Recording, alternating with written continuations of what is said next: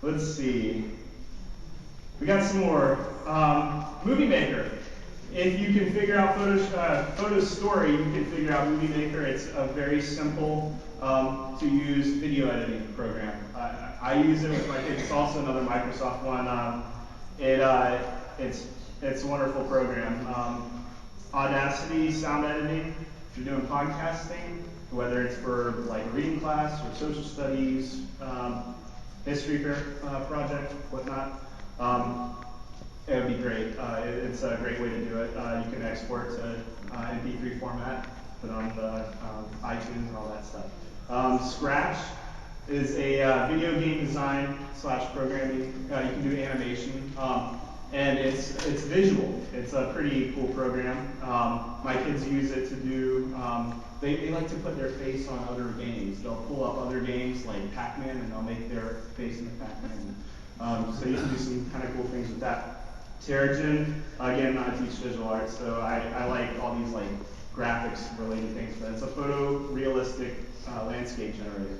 It allows you to create, you'll just have to see. I'll show you in just a few minutes. It's hard to describe. It allows you to create something that looks like it really exists, but it's all only up there in the head. SketchUp, I told you a little bit about. We'll look at that too. Google Earth, especially for a social studies class or geography class. Most of you have heard of it. It allows you to, it's like a virtual globe. You can zoom in, and students like to find their house, things like that. 3D Anaglyph Maker. I actually have two programs. One of them is called 3D Anaglyph Maker, one of them is called 3D Movie Maker. It allows you to take two cameras, like this one that I got with the grant, and you can have a left and right image, take a picture simultaneously with both cameras, bring them into 3D Anaglyph Maker, and you can use 3D glasses to actually see. Sorry, didn't have them out. These are actually, thanks to CIT, to actually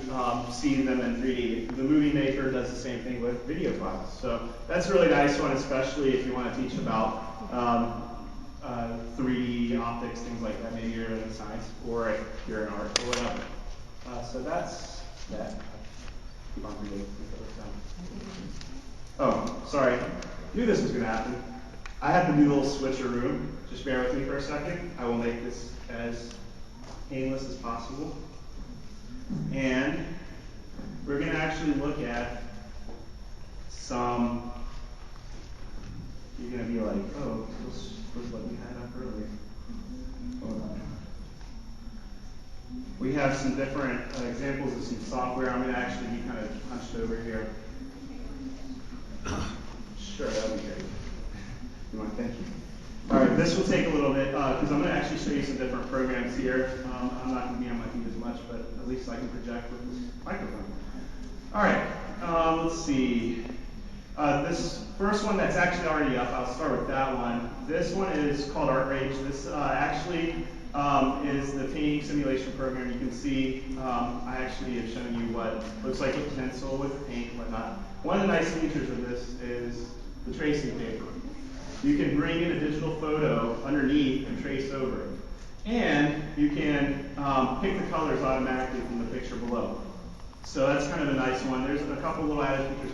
This is limited. As you can see, there's some not bolded tools down here. You can't use these in this version. You have to pay for it. So this would be an example of a software program where they're just kind of giving you they're showing you the carrot, and if you want to eat the whole thing, you have to go out and pay for it. But for purposes of my class, this is what we use.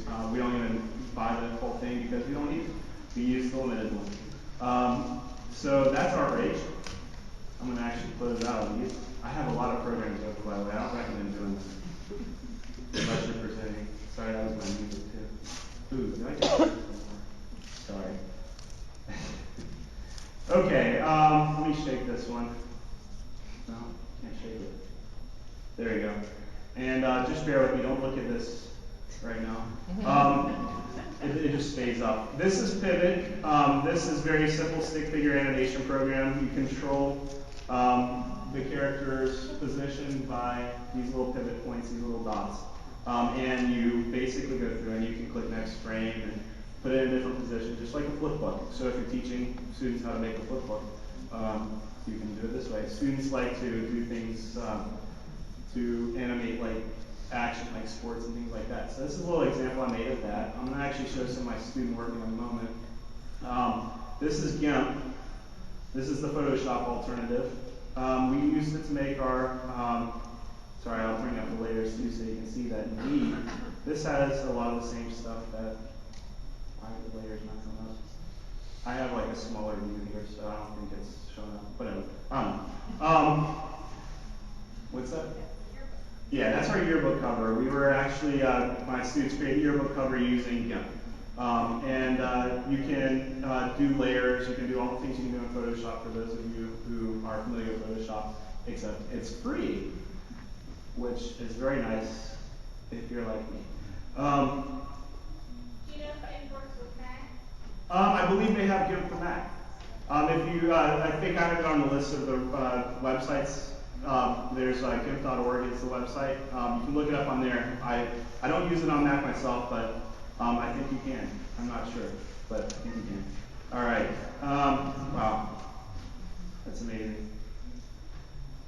Always a glitch. Okay, let me reopen something really quick. I'm going to show you Alice. This is, as you can see, this is a programming, animation and programming kind of application where you can program interactive animation. Down here I have a basic method that starts when you press the play button up here. And you can see kind of how things are laid out. It's very visual. When you click on the lunch lady, she screams. And I made a little example too. I don't have student examples of this one. We haven't done it yet this year. So we're going to, if I can get this lunch lady to scream. Well, we got a glitch, and I can't do anything about it, so I might just have to move on to the next thing. Don't know why this one won't work, because I had it working before. Whatever. If we have time, I'll come back and I'll actually pull something together really quick. But I'm going to show you Terragen real quick.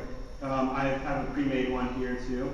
Terragen is that image program that allows you to create photorealistic 3D landscapes. If you look at what we have in the render preview here, this is actually what the final image would look like. You edit everything from the map. The students would edit the map and create the landscape down here, and they go through and they could do they could tell what color the water is, how rough the waves are going to be, the density of the clouds, where the sun is in the sky. They take control over everything. They play God.